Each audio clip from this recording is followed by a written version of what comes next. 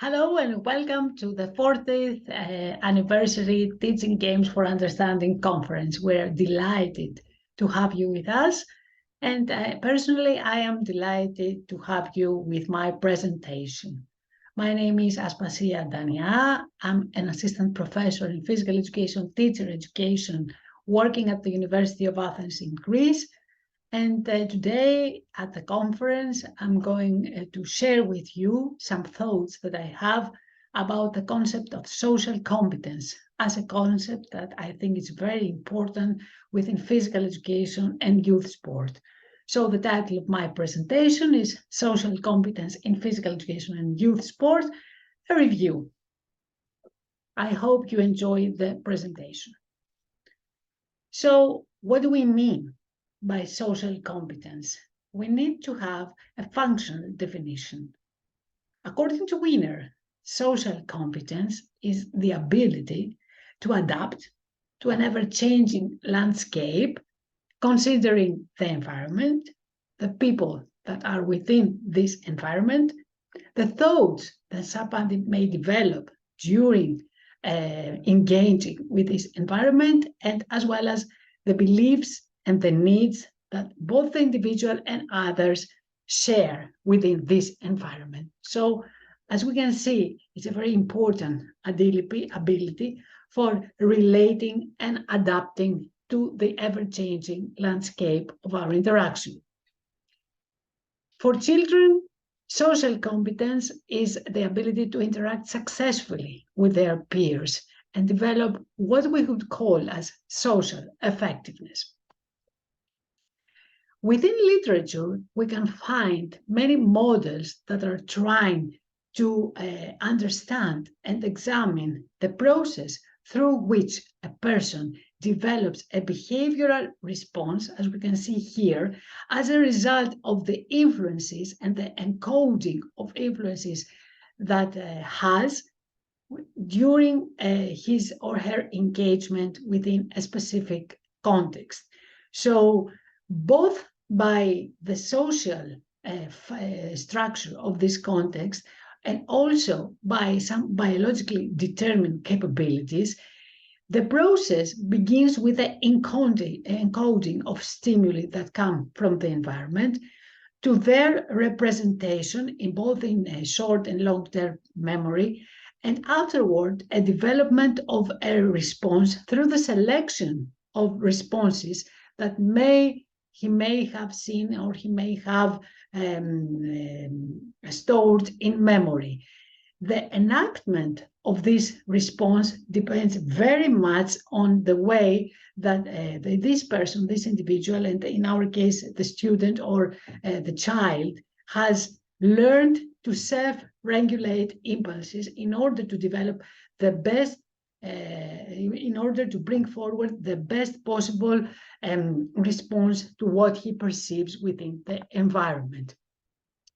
We feel, therefore, by continuing to develop this model by Crick and Dodge, that pupils, students, children, adolescents have developed a database from which they access or construct some responses as a reaction to what is happening within this environment. So they need to have developed an ability to encode, to interpret, to clarify, to develop a response or have access to some already developed response, to make the decision for the appropriate response and enact the behavior within the context that he is adjusting. So it is both a meaningful process and a very dynamic process and also multidimensional. Within game context, this ability, this capability, this competence is very critical because it is a very critical indicator of a child's or a player's ability to problem solve as a reaction to what is happening, to regulate, affect, and exhibit the best behavioral performance according to pre-recorded responses. So these behavioral performances have to be desirable and relevant to the culture of its context. So it depends. The social competence, for me, is an ability that develops according to the parameters and the cultural parameters and the structural parameters of each different game category. It's not a unifying ability within all games, but adjust according to the game context. Within relevant literature, we see that social competence means the ability to participate responsibly in terms of enacting fair play behaviors, meaning that players accomplish their tasks with a respect for their peers, meaning that they have the self-control to exhibit all this behavior that without bringing emotions, negative emotions or impulses, and also be good at sport, meaning that he or she develops positive and supportive behaviors, both for himself or herself, and also for the group. This responsible participation means to be able to encode the social situation that is happening within games and problem solve according to the best possible solution. And when we talk about task accomplishment, means that the player needs to be able to express emotions in an adaptive way, to use appropriate body language, to regulate arousal emotion in order to goal set, and evaluate the response that is constructed or selected in order to develop the self-competence to play effectively in future gameplay circumstances. So for me, social competence is a very important ingredient of what we can call fair gameplay performance, because combined with successful game performance, it means that the player can regulate effectively at the cognitive-emotional level and also at the behavioral level. So these are two basic levels that triggered my attention and made me search in the literature for research that has been conducted in the field in terms of how social competence is developed across these two levels, or can be developed across these two levels. So the aim of this study was to conduct a review of research studies that have examined the concept of social competence within physical education and sport settings, so as to make some inferences in order to propose directions for relevant studies in the field of game-based approaches. So a literature search for English full-text articles was conducted, and the inclusion criteria was social competence, as communicated beforehand, games, physical education, and sport. The 32 studies were relevant with the inclusion criteria, and the analysis of what has been written within these studies was conducted across these two levels, cognitive, emotional, and behavioral. The results showed that within literature, in terms of social competence, physical education, and sport, there are many studies focusing on the presentation of relevant theoretical frameworks, as was the one that I showed you before, of the suggestion of teaching approaches that may focus on an aspect of social competence, or the presentation of some empirical findings. Also, there is a suggestion of programs, both for school and out of school, programs that are specifically developed for the development, for the promotion of social and affective skills. Concerning the frameworks, studies focused on the design and implementation of models for social competence analysis and evaluation within physical education and sport contexts.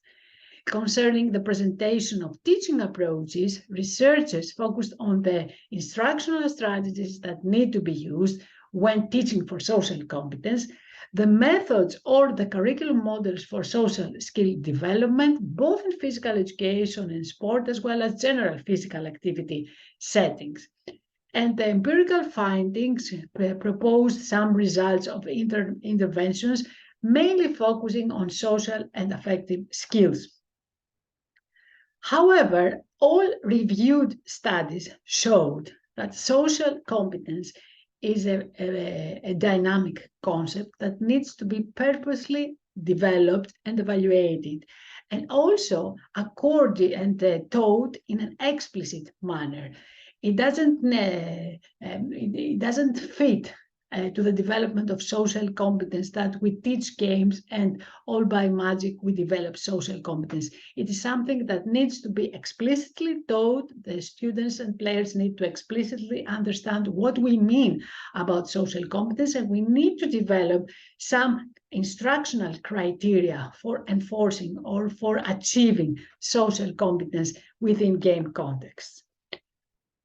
It seems from studies that young children can generally develop personal and social skills through their participation in physical education and sport context, but this is not enough. As I said before, we need to work for social competence by following a specific theoretical model, and I very much appreciate the model of click and dodge that I presented you beforehand, in order to be able to see all this dynamic of encoding, evaluating, and exhibiting the best behavioral response. Only a few studies focus on